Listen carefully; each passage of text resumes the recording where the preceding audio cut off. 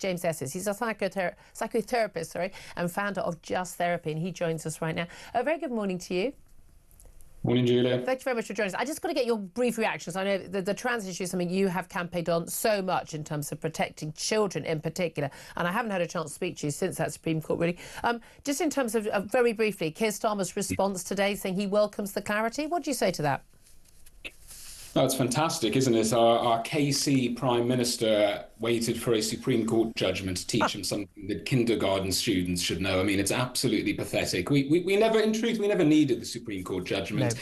Tell us something we knew all along. You know, I'm glad to finally see him say it, but, you know, he goes whichever way the wind's blowing. Doesn't he just? Look, I want to talk to you specifically, though, about something. We've got the image, which we can show everybody, which is an NHS trust that has created, this is just hilarious, a wheel of privilege. And it's so that that this is at Kingsmill Hospital in Sutton Ashfield. It's so that people who work there, as part of an allyship training module, and it can basically show staff how they can work out whether they are lucky or whether they are marginalised. Now, I don't know if we can put it up. We don't have the image. I can hold up a version of the image if you're watching on YouTube or on your connected device. And it's a wonderfully beautiful design, very beautiful design. And at the outside, it's got marginalised, and in the centre, it's got power. And basically, you get to answer questions on your citizenship, your skin colour, your education, your ability, your sexuality, your neurodiversity, mental health, body size, housing, wealth, language, gender. I mean, you name it. It's gone on the board. I was wondering where you come, because I do pretty darn well on this one, because white to dark, I'm white, I've got higher education, I'm able-bodied, heterosexual, neurotypical. My husband might disagree, but I'm robust mental health. I'm between average and slim on the body size. I'm a property owner. I'm comfortable in terms of income.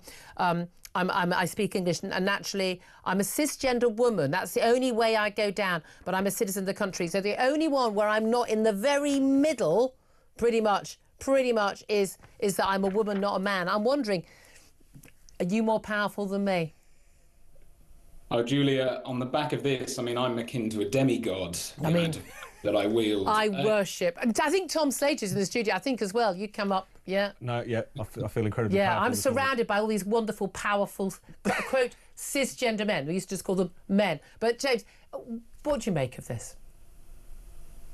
I mean, look, from a therapeutic perspective, this is really quite concerning, because it's splitting people off into either eternal victims, which is extremely addictive, actually, because it gives you an excuse for why things are not going the way they should in life. Because now somebody who's not succeeding can simply point to this wheel and say, well, that's the reason. So that's not a good thing. Equally, for the other cohort, it's essentially publicly shaming them. Yeah. It's completely anti-therapeutic, which should fly in the face of NHS policies, you know, and it suggests that we can learn all about somebody and know everything about them based on these immutable characteristics. And crucially, it lacks any form of nuance whatsoever. So, for example, supposedly, according to this, somebody who is slim is powerful. Yeah. Ask somebody with anorexia how powerful they feel. Or what about somebody who is undocumented? Now, it's interesting with this word that's used, because I would refer to undocumented as illegal. Yes. Here, they're given the victim card, but they are marginalised in some way by having committed an offence. I've seen other wheels similar to this, where it says, for example, that people who are European are privileged over non-Europeans. Well, again, ask the Ukrainians how privileged they feel present. The list goes on and on and on. Worst of all is the fact that it suggests once again that if you're a straight white man, you are the epitome of privilege. We know that it's white working class boys that are struggling the most in society. Absolutely. But that's the thing I was wondering with this. Is this the wheel was shared by Sherwood Forest Hospitals NHS Foundation Trust. They said they spent no money developing the resource, obviously. They said it was available online. It said the wheel was handed out to help allyship training participants to better understand privilege. And again, this is all part of that DEI, diversity, equality, inclusion, claptrap, which has nothing to do with basically people just treating people as equals and not being discriminatory, which is what we all just thought we were doing beforehand. This is about, isn't it? It's the oppressor and the oppressed. And it's basically about separating people and saying you're different from people because of all of these different factors. It doesn't help anyone, either the people who are supposedly marginalised or the people in power. No, it's complete and utter black and white thinking. It pits groups of societies against each other. It's anti-therapeutic. I mean, we know in life generally that comparing ourselves constantly to others, it's a zero-sum game. Yeah. We can always find people who are better off, worse off. Our NHS should not be promoting this stuff. And, you know, by the sounds of it, many of our doctors don't seem to know what makes a man and what makes a woman. And I would suggest that NHS funding is providing training on that basic biology rather than this woke DEI. I'd rather we just provided them training in saving lives and making people healthier. I just don't know why they're spending time on anything else, but there we are. Yeah, which changing room to use would be good. James Esses, psychotherapist and founder of Just Therapy, thank you very much indeed. Tom Slater, I mean, genuinely, I'm pretty sure you and Mr. Esses both trump me on the power thing because I've made the mistake of being born a woman. What a mess that's turned out to be. Let's put a spring in my step this morning to find out that I hold even more privilege than I was hitherto aware of.